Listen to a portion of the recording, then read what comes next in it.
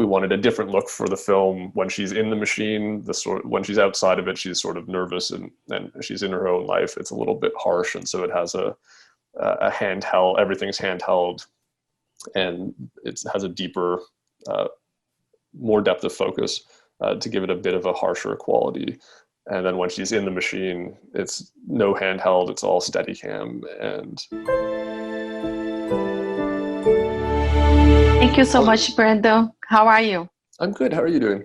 Good. Thank you so much for your time. It's a pleasure to be talking to you, and very excited about this movie. There are a lot of like little details and everything. But can you tell me a little bit about the inspiration for the script? Certainly. The script came from maybe a slightly trivial personal place. I was going through a bit of a strange period where a lot of things were in flux. And I was finding, in a sense, that I was having trouble seeing myself in my own life. And so I was waking up in the mornings feeling like I was sitting up into someone else's life and having to work to construct a character who could operate in that context. And so I wanted to make a film about a character who may or may not be an imposter in their own life, and use that as a way to discuss how we build characters and narratives in order to operate as people. So the seed for the film was really in those quieter, dramatic scenes, the domestic scenes, and the thriller sci-fi elements built out from there. Yeah, it's great, and I think you got the right choices for the actors, especially Andrea and Christopher. How they come on board, and for you, why they are perfect to play those roles? Honestly, it's just because they're fantastic actors. They're both actors who, when I see them, I'm immediately thrilled by them on screen. They're making all the most interesting choices, and they're so compelling to watch. And so when I cast, I really just want an actor like that, who I know is going to do something excellent, and then bring them on and collaborate with them, knowing that they're going to inject their own life into the character, and that it's going to take something that I thought was one thing that I thought was one character and add this other quality to them through their great work. I like it because they play the same person at the same time, but in different bodies. And I think it's amazing the work that they did with you, this collaboration, and their part of like the performances were great. And what was like the biggest challenge for you in this whole project? To be honest, it was probably just getting it together initially. As an independent film, sometimes it can take a while to get all the pieces of financing in place. And so there was a fairly long development process. Once we actually got to pre-production, it was surprisingly smooth. I mean, I was making the film with a lot of close friends and collaborators. Everyone was just happy to be working together. And when the machine was finally in motion and we could prep it and shoot it, it went really well. And Chris and Andrea ended up being fantastic to work with also. So all of the making of the film was surprisingly smooth. It was more getting to the point that we could make it. There was a bit of a protracted process. I also like the cinematography.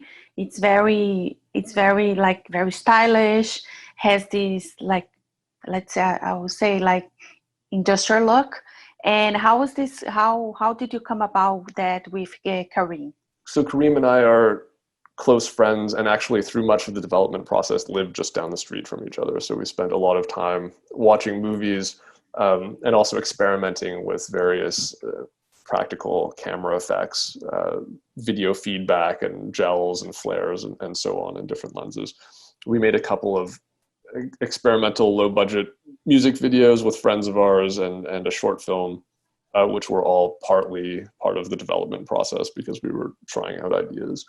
And it was really that. And at a certain point, we had a bank of effects, and then we talked about the narrative, how, for instance, we wanted a different look for the film when she's in the machine. When she's outside of it, she's sort of nervous and she's in her own life. It's a little bit harsh, and so it has a handheld. Everything's handheld, and it has a deeper, more depth of focus to give it a bit of a harsher quality.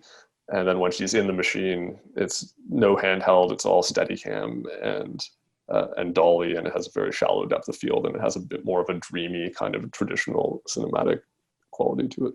Yeah, I like a lot as well. The hallucination scenes are very, like, I can see that is, I don't think it's too much in the computer. I think it's more like practical, and I really enjoy They watching. were, oh, thank you, thank you. And yes, they were all of those hallucination scenes were completely practical, and it was a combination of the camera effects with Kareem, and then Dan Martin, our makeup effects artist, was building these fantastic wax heads to melt and so on. And so it was sort of two mad geniuses who were working together on my team, which was a lot of fun and really exciting. Yeah, and I think you did pretty much everything, like it was more practical than using CGI or something like that, correct?